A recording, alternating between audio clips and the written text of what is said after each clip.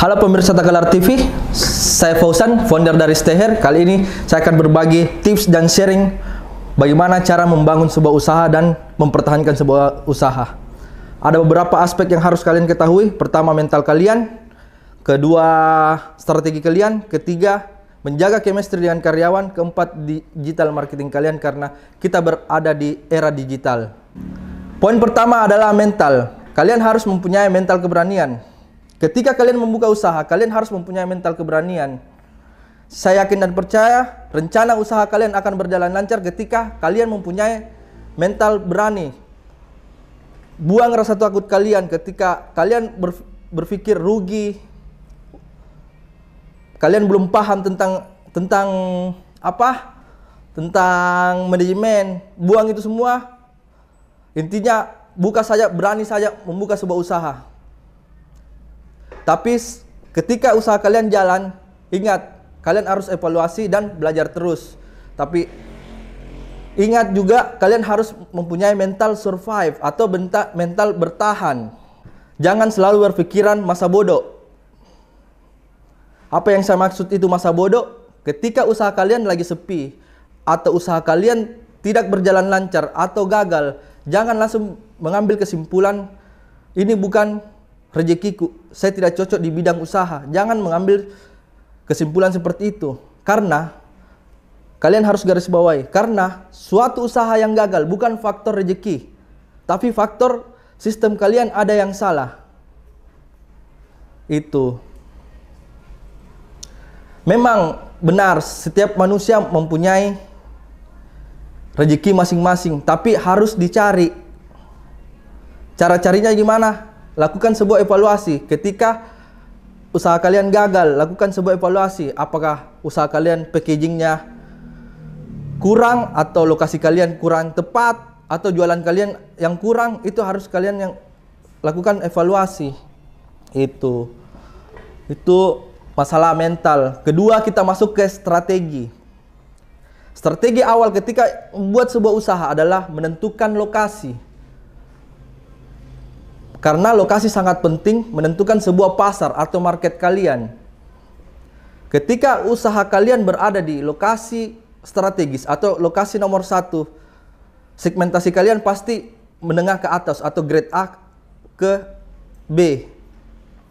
Tapi tidak menutup kemungkinan juga grade B ke C, menengah ke bawah juga itu bakalan datang. Beda halnya ketika usaha kalian berada di lokasi nomor 2 atau nomor 3, segmentasi kalian tuh berarti menengah ke bawah, sekian persen menengah ke atas, cuman 1%. Itu sudah kita lakukan kemarin. Steher yang dulu dan Steher yang sekarang itu, tempat yang dulu itu di lokasi nomor 2 atau nomor 3 di depan pasar, harga kita dulu 35. Tempat yang sekarang lokasi kita strategis, harga kita 75. Setelah kita lihat grafiknya, ternyata lebih ramai yang sekarang. Karena lokasi itu sangat penting untuk menentukan sebuah market. Itu. Terus, strategi kedua adalah menentukan fisik kalian atau bangunan kalian. Fisik itu sangat menentukan pasar juga. Atau market kalian. Kalian harus mempunyai diferensiasi atau pembeda. Bangunan kalian harus mewah ketika kalian segmentasinya grade A atau grade B, atau interior kalian harus bagus ketika customer masuk ke ruangan kalian nyaman. Itu fisik atau bangunan kalian, interior kalian harus bagus. Itu bisa menciptakan juga market atau nilai tambah. Dan ingat juga, buat kita penerus usaha UMKM, kalian harus menciptakan market kalian. Jangan selalu mengikuti market-market yang ada, yang sudah ada. Ayo ciptakan market kalian. Ketika kalian ingin memajukan industri UMKM di Kabupaten Takalar, kalian harus menciptakan market kalian. Ya, itu fisik ya. Kedua fisik. Kita masuk ke strategi pelayanan. Strategi pelayanan itu ketika customer kalian masuk ke ruangan kalian, kalau kita harus beri sambutan, selamat pagi kah, selamat sore ketika sore, selamat malam ketika malam, itu. Terus kita persilahkan duduk, itu. Tapi kalau di F&B ya, fisik itu harus ikut juga dengan packaging. Karena fisik yang bagus harus packaging juga yang bagus. Jangan fisik kalian, bangunan kalian mewah, tapi packaging kalian cuman kertas warna coklat. Itu kan customer langsung pikir, oh kenapa ini begini? Itu. Kita masuk ke pelayanan, itu lagi kembali ke pelayanan, itu kita harus beri sambutan dan selalu persilahkan dia duduk.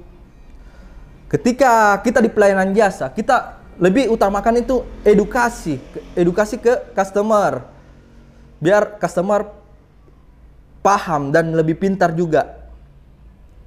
Setelah itu baru masuk ke servis tambahan, servisnya kalian di perusahaan kalian, servisnya apa. Terakhir, kita lebih transparansi ke customer kita mengeluarkan stroke. Itu salah satu faktor kita sebagai hair studio premium. Itu menunjukkan sebuah hair studio kita premium. Itu. Dan ingat juga customer itu kalian harus hafal namanya. Ketika repeat customer, kita hafal namanya, ada kelebihan tersendiri untuk dia. Terus kita masuk ke segmen chemistry karyawan. Ini sangat penting juga untuk menjadi tim yang kuat itu. Kalian harus menjaga chemistry. Untuk menjadi profesional, usaha kalian kecil maupun kecil tetap harus menjaga chemistry. Kalian harus mempersiapkan juga SOP, standar operasional prosedur. Itu yang penting. Walaupun kecil usaha kalian, tapi harus ada SOP. Biar karyawan kalian lebih profesional. Tempat kalian profesional. Walaupun kalian jualan apa, tapi harus ada ini. Biar pegawai kalian tetap disiplin. Terus kalian harus mempunyai sifat kekeluargaan antara bapak dan anak. Ketika kita jadi seorang pemimpin di sini, karyawan kalian harus anggap sebuah anak kalian. Kalian harus jaga. Itu salah satu membuat tim kita lebih solid, tim kita lebih kuat. Tuh. Seperti itu. Terus kita masuk ke segmen terakhir. Poin terakhir ini digital marketing. Ini sangat penting karena kita berada di era digital. Kalian harus menentukan dulu logo kalian, nama kalian. Tapi itu sebelumnya sudah dibahas dengan teman kita.